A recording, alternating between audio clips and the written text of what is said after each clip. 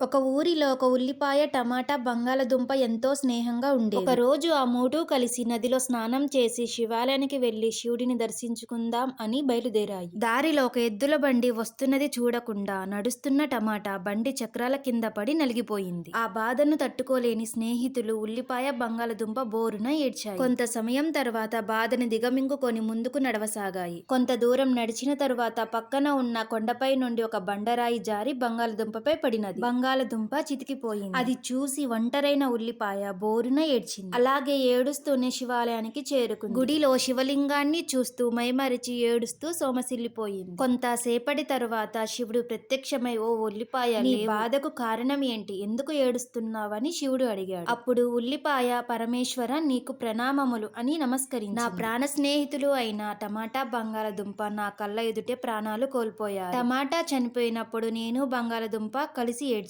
బంగాళదుంప చనిపోయినప్పుడు నేను ఒంటరిగా ఏడ్చాను. కానీ నేను చనిపోయినప్పుడు నా కొరకు ఏడ్చేవారు, కన్నీరు కార్చేవారు లేరు స్వామి అని బాధ విన్నవించుకుంది. అప్పుడు పరమశివుడు, ఓ బిడ్డ, నీవు బాధపడకు. ఎవరైతే వంటల కొరకు కోసి నీ మరణానికి కారణమవుతారో వారే నీ కొరకు కన్నీరు కారుస్తారు, ఏడుస్తారు. ఇదే నేను నీకిస్తున్న వరం అని శివుడు మాయమైపోతాడు. ఇదే ఉల్లిపాయను కోస్తే కన్నీరు రావడానికి కారణం ఉన్న కథ.